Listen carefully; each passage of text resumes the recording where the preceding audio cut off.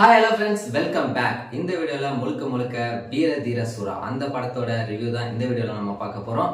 So அந்த படம் வந்து எந்த அளவுக்கு நமக்கு இம்ப்ரெசிவாக இருந்துச்சு, என்னென்ன விஷயங்கள் புதுசாக இருந்துச்சு, விக்ரமோட ஆக்டிங், எஸ் சூர்யா அவர்கள், இந்த மாதிரி வந்து பல பேர் சேர்ந்து நடிச்சிருக்கிற ஒரு அருமையான படம் தான் வந்து வீர தீர சூரா. அந்த படத்தோட எக்ஸ்பீரியன்ஸை நான் உங்க கூட ஷேர் பண்ணிக்க போகிறேன். ஸோ வாங்க வீடியோக்குள்ளே போகலாம்.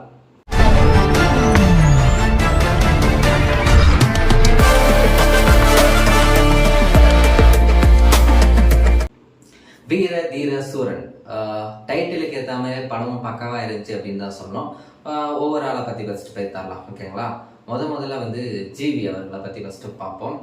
ஜிவி பிரகாஷ் அவர்களுடைய மியூசிக் வந்து மிக மிக மிக மிக மிக அற்புதம் அப்படின்னு தான் சொல்லணும். அந்தளவுக்கு ஒரு பிரமாதமான ஒரு மியூசிக். தேவையான இடத்துல தேவையான அளவு தேவைக்கேற்ப அளவு வந்து சூப்பராகவும் செம்மையாகவும் வந்து மியூசிக் பண்ணியிருக்காரு அப்படின்னு தான் சொன்னோம். ஜி அவர்கள் இந்த படத்தை பொறுத்தவரையும் பின்னி படம் எடுத்துட்டாரு. அதுக்கப்புறமா வந்து துஷாரா விஜயன். துஷாராவை பற்றி நம்ம சொல்லவே தேவையில்ல. அவங்களுக்கு கிடைக்கிற ரோல் எல்லாமே அவ்வளோ பியூட்டிஃபுல்லாக ஒரு அற்புதமான ரோல் தான் அவங்களுக்கு கிடைச்சிட்டு இருக்கு. இந்த படத்தை பொறுத்தவரையும் துஷாரா விஜயன் ஒரு பயங்கரமான பர்ஃபார்மராக சூப்பராக ஆக்ட் பண்ணியிருக்காங்க.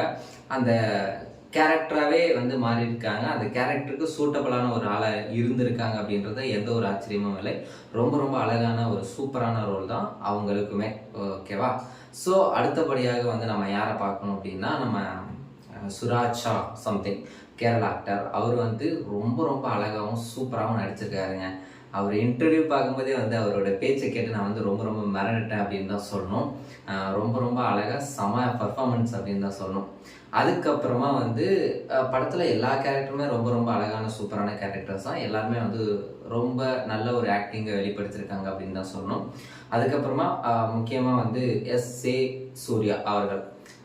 அவரை வந்து நம்ம எப்படி சொல்கிறது, நடிப்பு அசுரன், நடிப்பு அரக்கன், அவர் எப்படி வேணாலும் சொல்லலாம். அந்த அளவுக்கு வந்து ஒவ்வொரு படத்துலையுமே வந்து ஒவ்வொரு விதமான பர்ஃபார்மன்ஸை வந்து அவர் எலிவேட் பண்ணிக்கிட்டே இருக்காரு. தமிழ், தெலுங்கு, ஹிந்தி, கன்னடம், மலையாளம், எல்லா லாங்குவேஜ்லையும் பிஸியாக தான் இருக்காரு அவர்.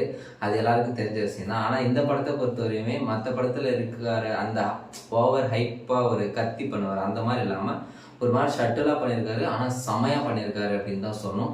அவருக்கு ரொம்ப பர்ஃபார்மன்ஸை பற்றி சொல்ல தேவையில்ல. ரொம்ப அருமையான ஒரு சூப்பரான ஆள். அதுக்கப்புறமா பார்த்தோம்னா முக்கியமான ஒரு ஆள் அப்படின்னா சியான் விக்ரம். சியான் வந்து ரொம்ப வருஷமாகவே அவரோட படங்கள் வந்து ரொம்ப மெனக்கெட்டு ரொம்ப பயங்கரமாக கஷ்டப்பட்டு நிறைய கெட்டப்ஸ் எல்லாம் போட்டு இந்த மாதிரி வந்து பலவிதமாக அவர் வந்து படம் நடிச்சிருக்காரு. ஏன்னா வந்து ஒரு படத்துக்காக அந்த கேரக்டருக்காக தன்னை உடலையும் அர்ப்பணித்து நடிக்கக்கூடிய ஒருத்தர் தான் வந்து நம்ம சியான் விக்ரம். அவர் வந்து இந்த படத்தில் அவர் பழைய படங்கள், அதாவது தில், தூள், இந்த மாதிரி படங்கள்லாம் வந்து எப்படி இருந்தாரோ அந்த மாதிரி ஒரு கேரக்டர் இந்த படத்தில் அவருடைய பாடி ஷேப்பாக சொல்கிறேன். ஸோ அந்த மாதிரி ரொம்ப ஸ்டைலிஷாகவும் சூப்பராகவும் இருக்கார். அவரை பற்றி சொல்லவே தேவையில்லைங்க. அவர் எந்த கதாபாத்திரம் கொடுத்தாலும் செமையாக பர்ஃபார்மன்ஸ் பண்ணிடுவார். இந்த படத்துலையும் அதே மாதிரி அவரோட பர்ஃபார்மன்ஸ் அற்புதம். அப்படி ஒரு பர்ஃபார்மன்ஸ் தான் வந்து அவர் கொடுத்துருக்காரு அப்படின்னு தான் சொல்லணும்.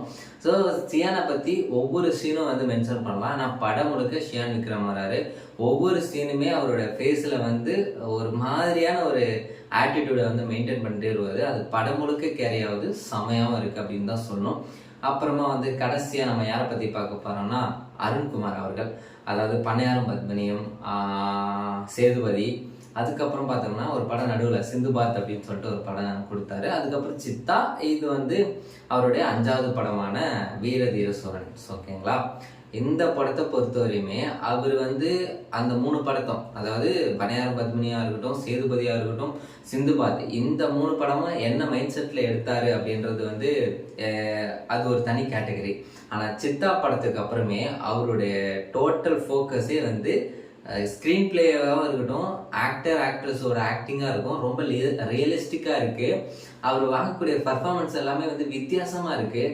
ஒரு படத்தில் வந்து ஒரு 100 சீன் 200 சீன் எக்ஸாம்பிளுக்கு வந்து வைக்கிறோம் அப்படின்னா, அந்த எல்லா சீன்லையும் புதுவிதமான ஏதோ ஒரு விஷயம் வந்து அவருடைய இது என்ன சொல்கிறது, அவரோட விஷுவலில் தெரியுது அப்படின்னு தான் சொல்லணும். அவரோட ரைட்டிங்காகவே வந்து ஒரு பயங்கரமான வந்து இந்த படத்தை பொறுத்தவரைக்கும் பயங்கரமாக எழுதியிருக்காங்க அப்படின்னு தான் சொல்லணும்.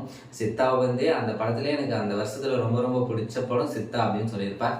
ஸோ இந்த வருஷத்தில் இந்த படம் தான் வந்து ஃபஸ்ட்டு தேட்டரில் போய் பார்க்குற எக்ஸ்பீரியன்ஸ். பட் ரொம்ப இல்லை டிராகன் இதுக்கு முன்னாடி பார்த்தாச்சு. ஸோ இது 2வது படம்.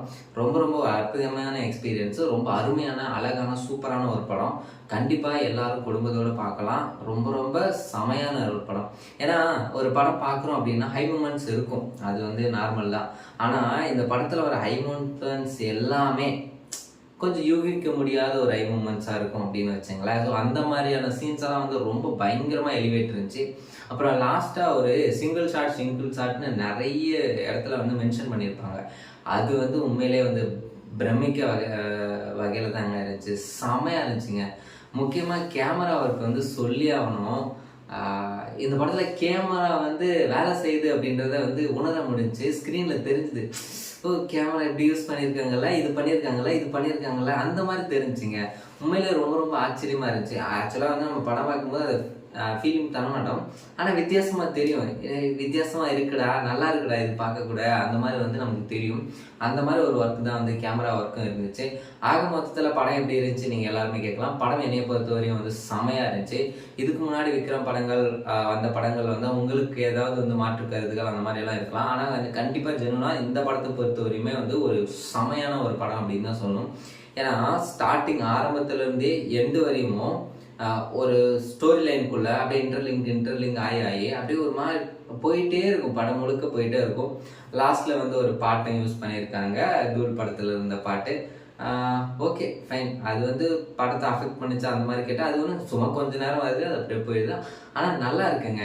நிறைய சீன் வந்து ரொம்ப ரொம்ப அருமையான சீன்ஸ் எல்லாம் இருந்துச்சு.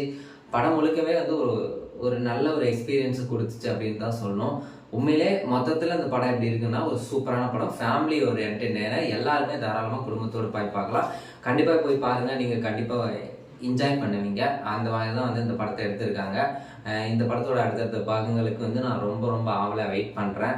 ஸோ அவள் தான் இந்த படத்தை பற்றின என்னோட கருத்துக்கள். உங்களுக்கு இந்த படத்தை எதுனா பற்றின கருத்துக்கள் எதுனா இருக்குது மறக்காம கமெண்ட்ஸில் சொல்லுங்கள். மறக்காம சேனலை subscribe, share and tata, bye bye, see you.